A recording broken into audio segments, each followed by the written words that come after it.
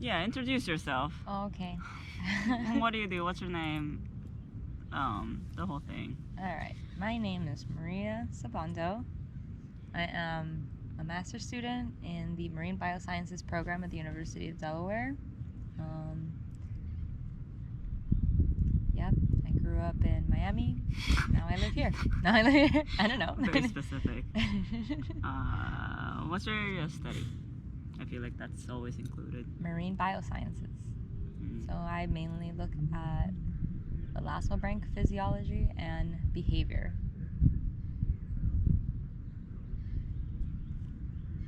Good enough. Alright. We're talking about the poem. This is gonna be so low energy. Well, what do you want to do? Like podcast style? Let's I talk don't know. about death Absolutely not. and climate change and the destruction of the Marshall Islands. No, I feel like I was a little more energetic in the other ones, but that's fine. I recently learned that nobody's gonna be really watching the whole thing, so I'm taking it way more lightly. I can do a more happy introduction. No. Okay. No. Yeah. I'll probably also add in like an introduction to the material in the beginning. That's fine. I'll do it later. So what'd you think? Sad. This poetry book is really heartbreaking. But it's also very impactful. In what way?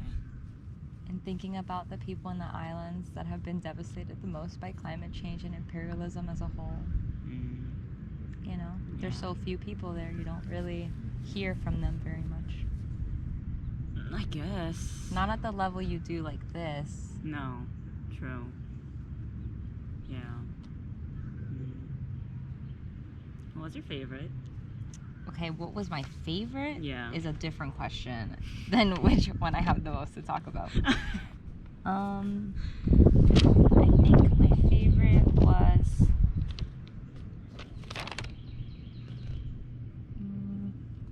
I really don't have any happy notes. Actually no, I think my favorite was Tell Them. Which one's that? That one is towards the end of the book, and it's when she's talking about how she's sending her friends a necklace and a basket, and she's like, tell them our people are descendants of navigators and that we're strong and that we don't want to leave. I thought it was very powerful. Yeah. And it kind of speaks for a lot of people who have to be displaced from their home countries, that they really don't want to leave. Like, Yeah. people don't want to leave. Dude, we just recently watched a film called Babushkas of Chernobyl. That sounds so sad. They're just like old women who just refuse to leave, and they're kind of displaced in a reverse way. Like, where their home country has basically displaced itself, but they still live there. Devastating. Yeah, that would kill me. That would kill me. It's on YouTube if you want to cry someday. No. It's so good. Old people in general, they make me cry already. They're like, yeah, we shouldn't eat the mushrooms or grow fruit here, but we're gonna do it anyway because it's our home. Yeah, and that's true of like old people in any country. Like, I know immediately crying. Yeah, I know lots of old grandmas who stayed back in Venezuela even when that shit was going down. Yeah. And they died. A lot of them died. Yeah. So, yeah, that killed me. Old people make me sad.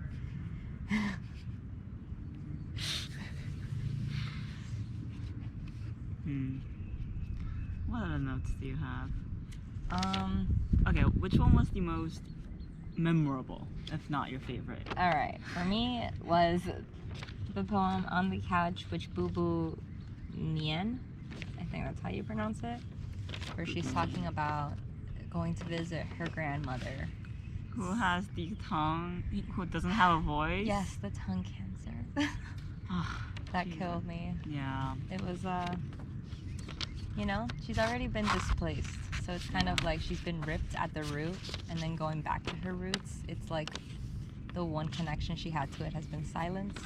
So the only way she can kind of give her lessons now, since she can't speak to her, is just through acts of kindness and strength, even though she's literally suffering. and that Mhm. hurt. Yeah. That hurt a lot. But That yeah. poem, I just really liked how they both don't have voices. I'm like, oh. But it kind of feels like there's like the whole little quote in the beginning talking about how women are a blessing because they carry the lineage.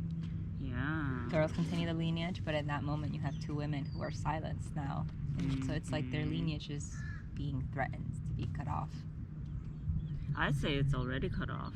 Well, no, because then you have that when her mom goes back to campaign for the islands, and it's like her mom and all her aunties, and then you have women All of them trying are to aunties. revitalize the lineage and bring life back to the islands. Yeah, it's bringing it back. So I would argue that it's dead, and they're trying to Revive it? Yeah.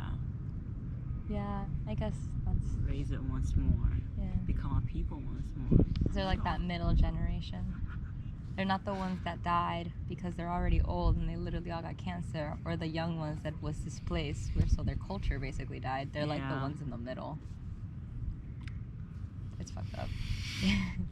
Should stop It's so cursing. fucked up. Ugh. Yeah, so that one made me really sad. It was very impactful.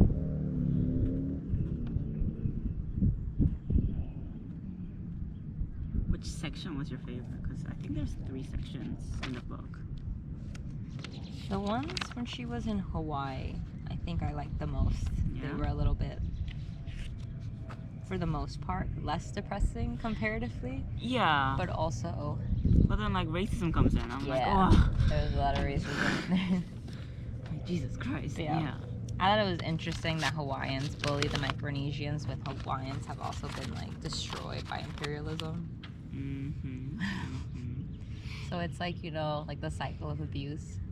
Every time. Yep. Like if your employer abuses you and then you go back and abuse your wife, like that's exactly what's happening here. Jesus Christ. Like they got abused by the U.S. and they can't abuse the U.S. because the U.S. is too big, so they have to abuse the Micronesians because they're easy to kick around. There's not many of them. That's so depressing, though. Yeah. Also the one where she's talking about the little house on the prairie girl. I liked that one a lot too. What'd you think of it? I relate. I relate. In what way? In what way? You know, I think when you get displaced in whichever way, even if it's just like immigrating, doesn't have to be completely traumatic like her experience. You kind of like feel this loss of like roots and community and culture. So you try to look for that in any source of media you find, but usually the media you find in this country or in Hawaii, it comes like Little House on the Prairie or like Anne of Green Gables or like, you know, those little old-timey, very white shows. But it's because those people have like this very small, very set community. Like that's never something that gets taken away. So you like latch on to those stories because you don't have it. Yeah. What? It's so itchy. How could you use a thing? I didn't. I tried and I failed. I'm just gonna itch now. 4 more days. I don't know. I read Little House on the Prairie in Korea, in Korean too. I was an elementary school kid. How old was I? I was like 11. Read the whole series. I was like, boring as shit. Yeah, because they are boring. It's just like a little girl who's literally like a pilgrim almost. Yeah. Like having like small little adventures every day. My dad says the winter's gonna be bad. Yeah, like, oh no, our crops. But you know. We can't reach the firewood. Whatever. But their problems are never like, I don't feel like I don't belong here. Yeah. Or someone's being racist towards me. Yeah, weren't they the ones being racist? Yeah, they are. So like it's interesting. It's interesting. Like it's messed up that you get connected to those characters even though they're problematic, because that's what makes you feel like you project all the feelings you want onto them. Yeah. Do you think it's any better now? Like Little House on the Prairie shows? Just media representation in general. Of what? of feeling displaced Oh, and Um, traumatized? you know, I watched the show. And, and Green Gables. And it's about, Yeah. and it's about that little girl who lives in Canada in a small little community. Isn't she the one with the She has red hair. red hair? Yeah. Mhm. Okay. Yeah. Mhm. And in the show, the books doesn't have this, but in the show, one of the main characters goes off to work on a ship, and he meets. Just a random ship. I don't know. I guess you could do that back then, Okay. just like to shovel coal, basically. Oh, okay. Yeah. And he ends up meeting this. Where's that guy from? He's from somewhere in the Caribbean, maybe Jamaica, maybe not Jamaica, an island. And he's like a black Caribbean character. And then he's like, I know you don't want to live on this island because everybody's so super racist. And I know you don't want to shovel coal anymore because it sucks. So come live back with me on my farm and help me out on my farm and we'll be partners. And then you have like a whole thing with him feeling displaced because he's literally from the Caribbean, like the tropics, coming to live in Canada. So that show has good representation of being displaced.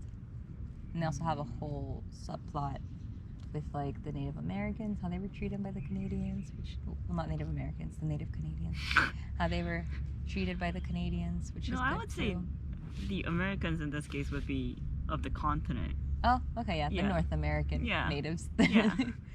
So, yeah, that I think is a good representation of being displaced. I haven't really watched any other shows about immigrant kids. Me neither. I haven't. I don't think there are a lot.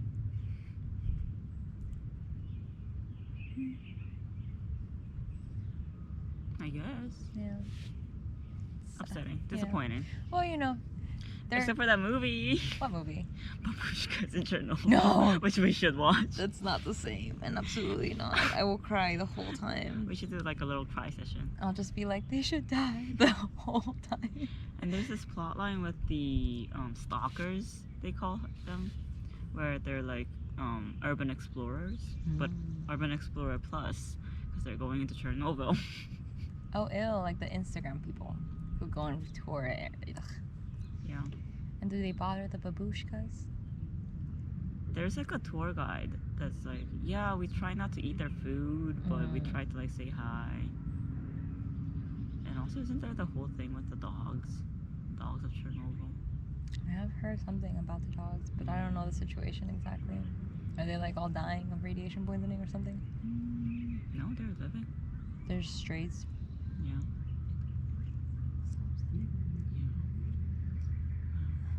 But yeah. What else you got? I have some notes about Hooked, which I thought was really Yes.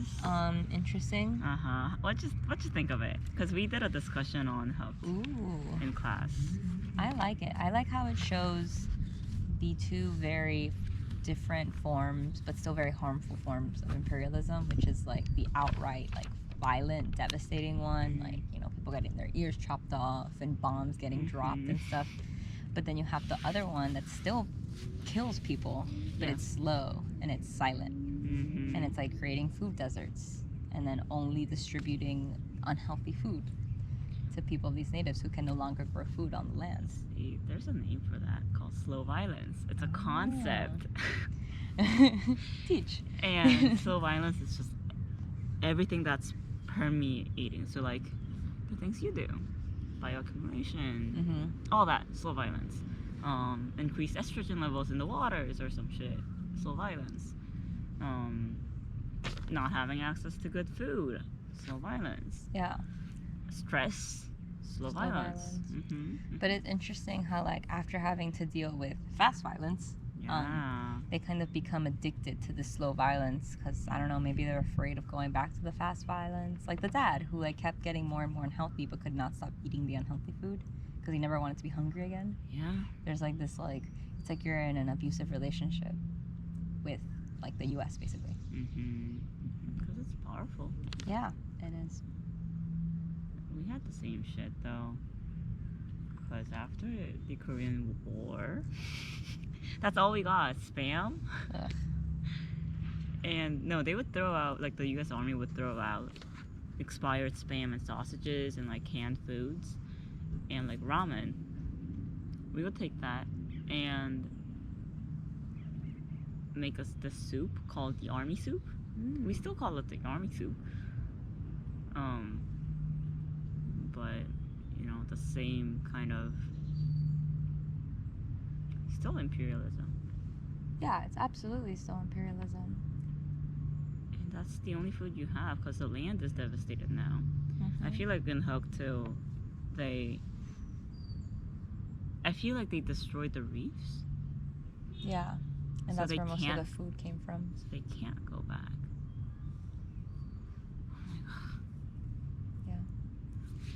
Okay, there was a little bit of contention in class, though, because some people thought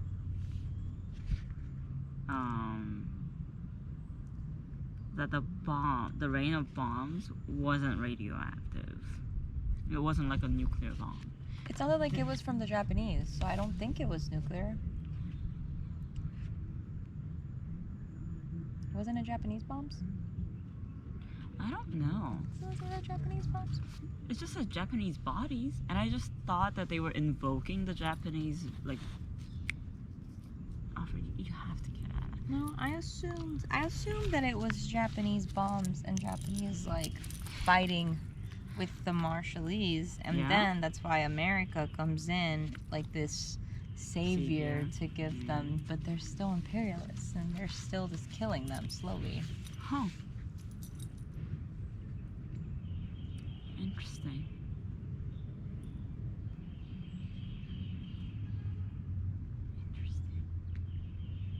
Poetry, interpretive, subjective. That's my view of it. Yeah. Probably different. Yeah. We'd have to ask, what's this girl's name? Kathy. Okay, I did not expect that to be her name. Miss Kathy. Neil Kitchener. I don't know how it's pronounced. Kitchener. Oh, Yeah. I really love Hook, though. What? I really love this poem. Yeah, Hook. it's powerful. Yeah. It's messed up. It really is. God. But the whole, like,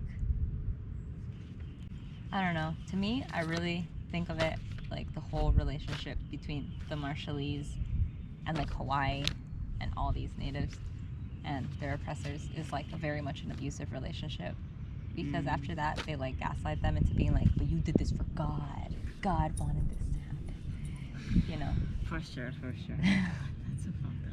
Yeah. And you know they go in with the heavy-handed, like, evangelism, too. Yeah, and they're like, oh, you know, you did this for God, you did this for the good of mankind. But then you have the reality of the situation, and all these Americans don't give a damn that they're dying. They care about the dogs dying. The goat.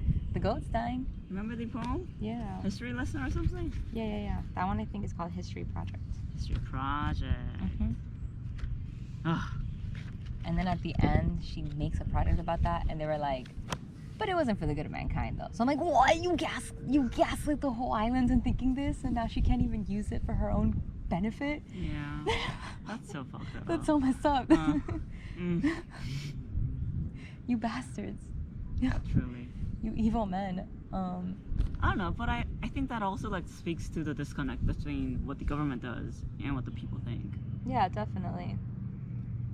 But I also don't think that the government cares a shit. No, they don't. Looking at the president who was like 90,000 Marshallese or like 90,000 people, like who gives a damn? Something like The that. goats. Yeah. But the goats. Like, oh. Yeah, no, it's this illusion of like using them as like this sacrifice, Shit. Great word. but they don't care. Nobody cares, and that's upsetting. Yeah. Mm.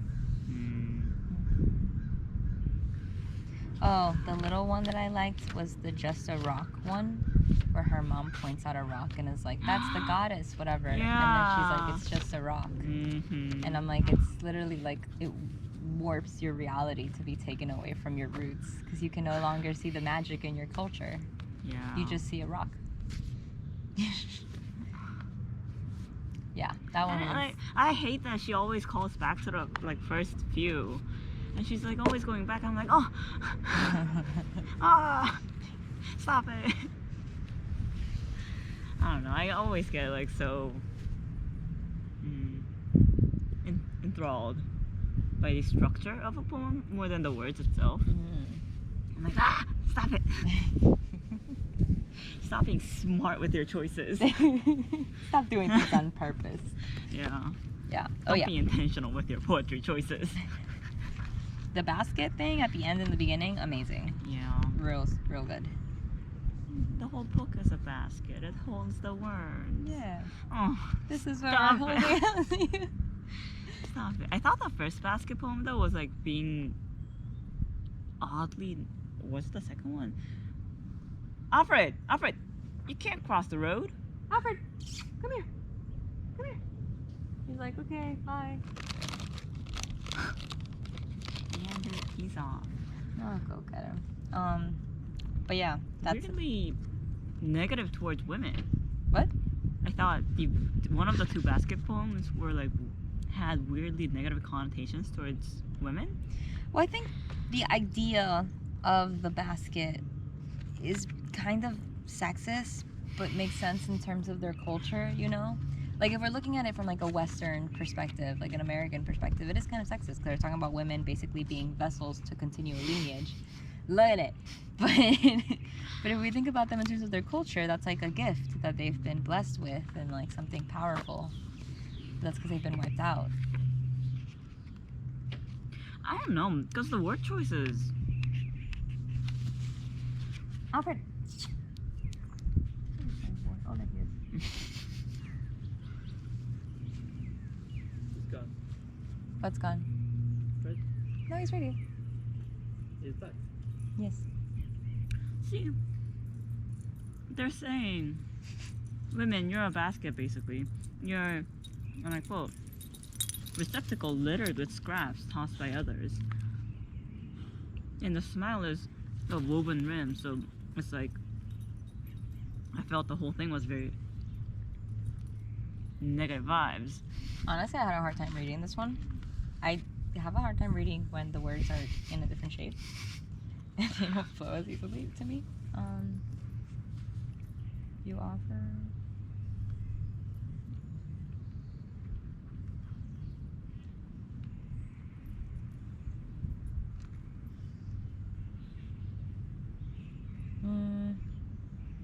I guess it is kind of negative.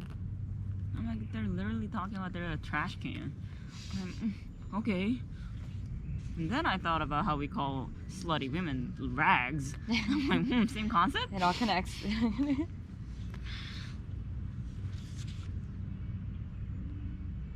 I didn't know what to make of it. I'm like, I don't know what to make of it either, actually. Maybe it's kind of like supposed to... Maybe she has a kind of bitterness to how women are seen like that in her culture. But it's also good. It's both. Is it? I don't know. Because at the end it's good. Like when she talks about the basket at the end of the book. It sounds Yeah. positive. It does sound positive.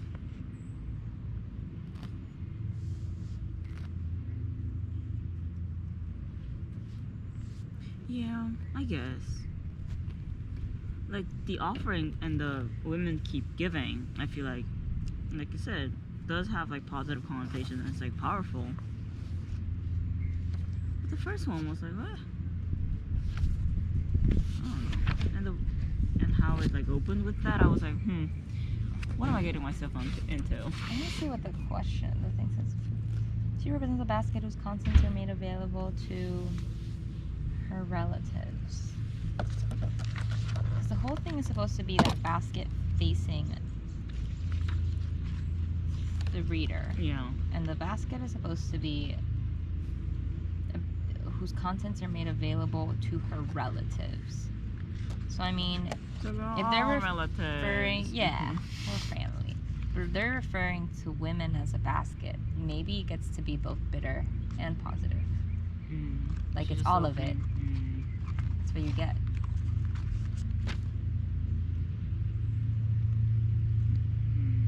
Remember? Yeah. I guess. Yeah. Let me see. Da-da-da-da-da. Consult your notes. Yeah, the one I talked about, the mom campaigning in the island, I thought was kind of a callback to the thing about women being a basket in this culture and bringing life back into the island, or trying to bring life back into the island.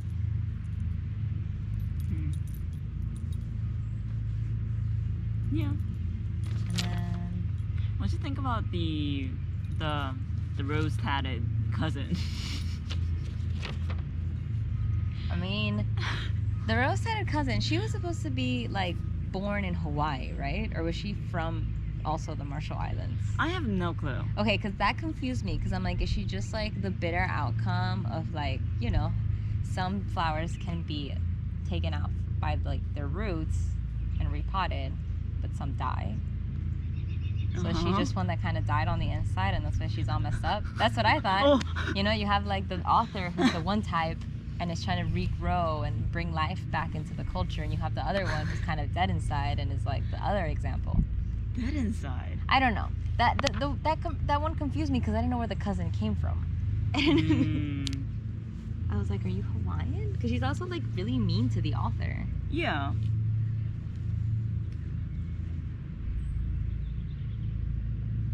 So I was like, is she being mean because she's Hawaiian and the other girl's Marshallese?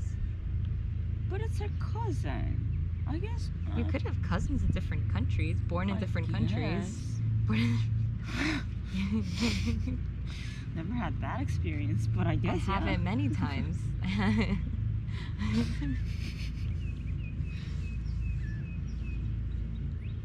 So yeah, that confused me. Is it about like, you know, the sort of like self-hatred you can have for yourself when you're bred in this place that doesn't want the people like you around?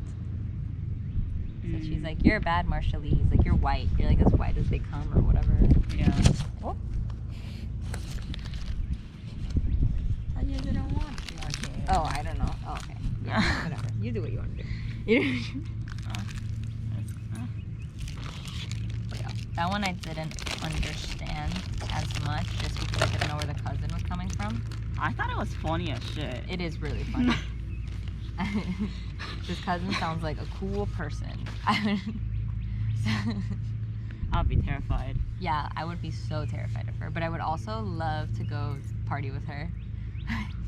Watch her get into a bar fight or something. Yeah. I don't know. Sounds like you with that one boy. The one you borrowed money, $1 from every day. Yeah. Give me a cent. Give me 7 cents. Give me some 7-Eleven. Yeah, like you live with your parents. I don't. I didn't even give a reason though. I was just like, can I have $1? So you were a bully. Please, $1. No, because I asked for it nicely. I said, please, can I have $1? And then sometimes he would say no, and then I would say, come on, Marco, please. The daily ransom for driving me to school. Let's make a quick stop, pit stop, 7-Eleven. Give me your money. Yeah, she's. You don't gotta pay rent. She's soft mugging her cousin, but that's not what I did. That's. You sure? Yeah, it was more like coercion, or.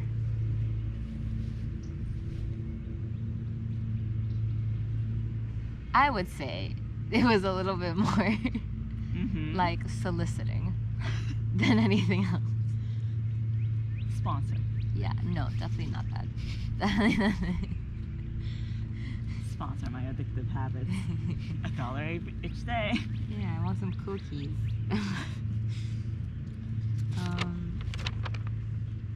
But yeah, those are the notes I have. I had that one poem, the one about her kid, where they say you, your daughter, your granddaughter, too, will be rootless with only a passport to call home.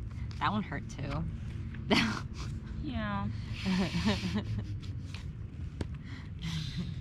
God, I hate her. Don't make me feel things. Yeah. It's rough. Again, the whole thing is just about like being unrooted, and when you're unrooted, you just like you float around. It's so hard to feel like you will ever really have a home. Yeah. But I hope her daughter gets to have a home. Oh, fishbone hair Oh made yeah. me cry. I'm like, oh, children. The whole thing about her niece was upsetting. Yeah. Her niece and her grandma. I think the grandma one killed me more though. See, I have like less empathy towards older people compared to you. I'm like, ugh, sad, but whatever. It's just, you know, also grandma vibes. I didn't have grandparents. I had one grandma. She was in Ecuador. So, you know, I have issues. But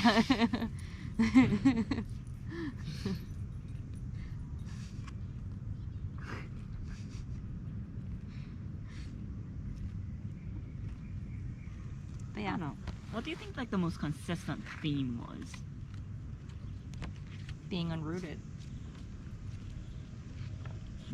Like, it was either about the way they destroyed her land, Mm-hmm. which kind of like ripped the history and the spirit of the land Mm-hmm. from the land itself. Her being Hawaii, where she's physically unrooted, or her being back in the Marshall Islands with her kid, where she's trying to rebuild those roots. Do you think the focus was more on the displacement or the reason for displacement? Because I can't tell. I think they both go hand in hand, though.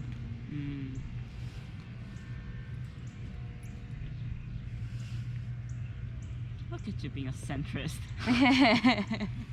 Well, what the... Whatever reason for displacement, you still feel the pain of being displaced. And the fact that the reason was kind of violent and sad makes it worse, because then you don't know if you're ever going to be able to go back. Yeah. So I don't know. I don't know if it's more. She gets to go back. Yeah. That's good. That's lovely. There are some people who don't get to go back. Yeah. I know a lot of those. They had homes in North Korea. Aw. And they're just escaping the war, so they came down south, and they're like, guess I can't go back up now. Yeah. Lost my cousin. And it sucks. I lost my mother. Yeah. Yeah. I don't know, I feel like... What do you think was the biggest theme of the book? Climate change. For sure, no. I feel like climate change actually was like on the back burner more than anything. Yeah, it was literally like the second to last poem. And only the second to last poem. Yeah, I guess it is the displacement.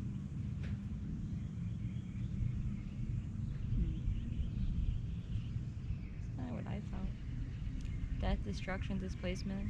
Triple D, baby. Triple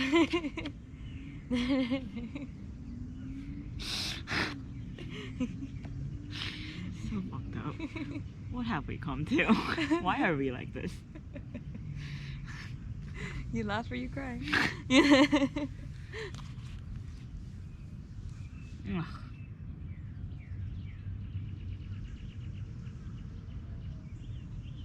Ugh. Yeah, it's all really sad. What was your favorite poem? Let's see. I do really like the Hooked? no, the what was it? The grandma one. Ugh. That one was real nice, but Devastating. one of the ones in Hawaii, I kind of forget. Ugh. I didn't care too much for her poems when she was in San Francisco. I ran pretty quick over those. Was she in San Francisco? Yeah, that's where she got in a crash in the car with her friend. She talks about wanting to be erased. Self-hate, yeah. Remember that, yeah. Where she's like in literally so much physical pain because she got in a crash, but the pain of being like so away and alone hits hard. Hits hard. Which one was my favorite? Let's see. Not 2 Degrees, because I thought that was a little too heavy-handed for my flavor. It's not your bag. No. Which one was the one with the look at? Yeah, Tell Them. I guess I like Tell Them the most. Tell Them is good. Tell Them was great. I like the words. You done? Nope, I'm gonna change desk. Ah. Yeah, truly upsetting. Yep, deeply upsetting book. But very impactful. I think very important. Do you remember the video? Yeah. No. What do you think about that video now that you've read the book? I mean, when I first saw the video, I thought it was devastating and powerful. And now that I read the book, I still think it's devastating and powerful. It's perfect to accompany the book.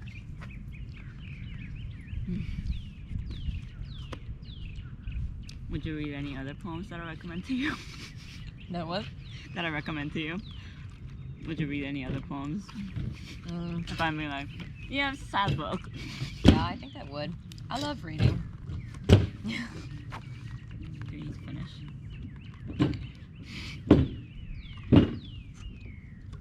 I don't know, I wish more people would write. Poetry? Yeah, poetry about, I don't know, things that are going on. People do write about them. Political poetry is what I like. There's a lot of political poetry. Resistant poetry. Yeah. You ever read, what's his face? James Baldwin. He's got some resistance poetry. Audre Lorde. Great resistance poetry. What's she fighting against? She is Audre Lorde. Warrior, poet, mother, lesbian. Excuse, never heard the name. She's like one that kind of invented the term intersectionality. Like she's the one that started because she was black and also a woman and also a lesbian. So all these different areas of revolution and social conflict, she was like, okay, well, we need to integrate all of them because otherwise then it's not benefiting me. If we're only helping black people, still not benefiting me. If we're only helping black men, still not benefiting me. I'm a woman. If we're only helping straight black people, still not benefiting me. It has to be all of it. She's great. Love her. Audre Lorde, fantastic. Would recommend. All her stuff is from like the 70s, but she very much uses like love as a radical form of revolution. I quite like it. That's my bag. Not necessarily pacifism, but love. Aggressive love? We love to see it. Tough love, baby. I do love to see it. Yeah, she's good. Octavia Butler is also good. Octavia Butler? Damn, what a name. I know. Sounds like a real good character. But yeah, they all do resistance poetry. What's your favorite poetry? My favorite type of poetry? No, just what's your favorite poem Favorite poem? that you've ever read?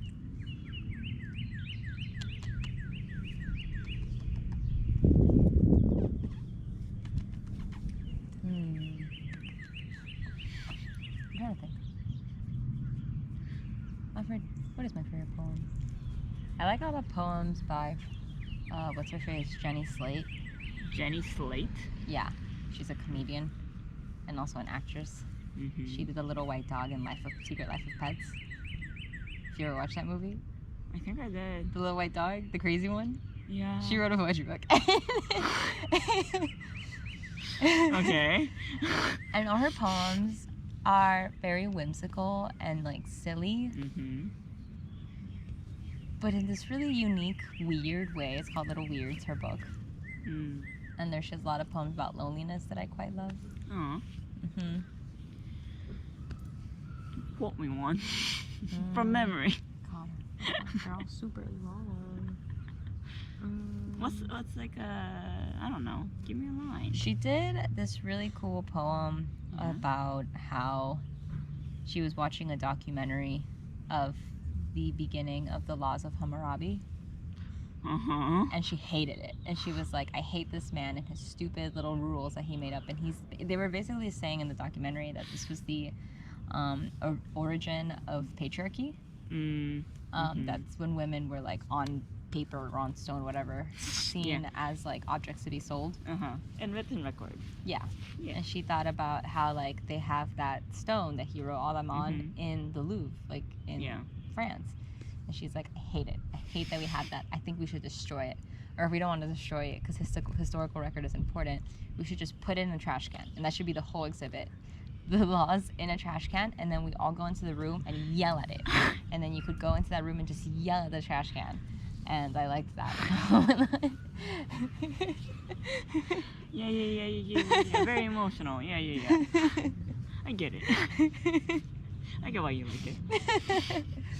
Yeah, but she has a lot of stuff about how like, because she got divorced when she was 30, and she got married when she was like, I think 27, and she was very like, very much like, she always, what was the line? She always felt like her heart was meant for love, and it kind of felt like that was withering inside of her, and it isn't like withering heart. Yeah. And it isn't like she doesn't have the love to give to herself. There's that love, and she's good with that. But there's a separate love, and it's meant to be given to someone else. And she felt that's withering down. Yeah. So she's like, you know, where does this ribbon of loneliness that runs through me, like... Ribbon of loneliness? Yeah. Oh my god. Where does it go? Why did it appear? Why has it always been there? Yeah. So, I like her stuff. It's really sweet. Highly recommend it. I have her book if you ever want to read it. I do. She compares herself to a croissant. Because she is a Croissant? delectable little tasty treat.